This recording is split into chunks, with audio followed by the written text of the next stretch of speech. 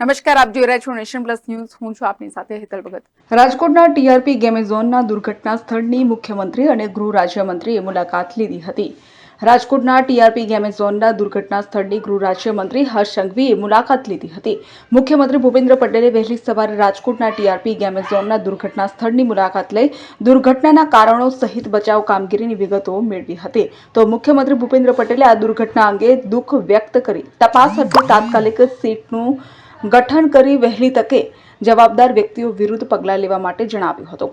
અત્રે ઉલ્લેખનીય છે કે રાજ્યમાં તમામ ગેમ ઝોનની તપાસણી કરવા તેમજ ફાયર સેફટી પરમિશન વિના ચાલતા ગેમ ઝોન બંધ કરાવવા રાજ્યના પોલીસ મહાનિર્દેશકે પોલીસ કમિશનરો અને જિલ્લા પોલીસ અધિક્ષકોને સૂચના આપી છે.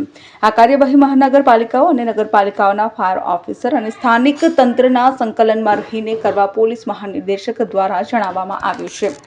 રિપોર્ટ રાજકોટ. સમાચારોના સતત અપડેટ મેળવવા માટે અમારી નેશન પ્લસ ન્યૂઝની યુટ્યુબ ચેનલને સબસ્ક્રાઇબ કરો, બેલ આઇકન દબાવો અને જોડાયેલા રહો ફેસબુક, ઇન્સ્ટાગ્રામ અને ટ્વિટર પર.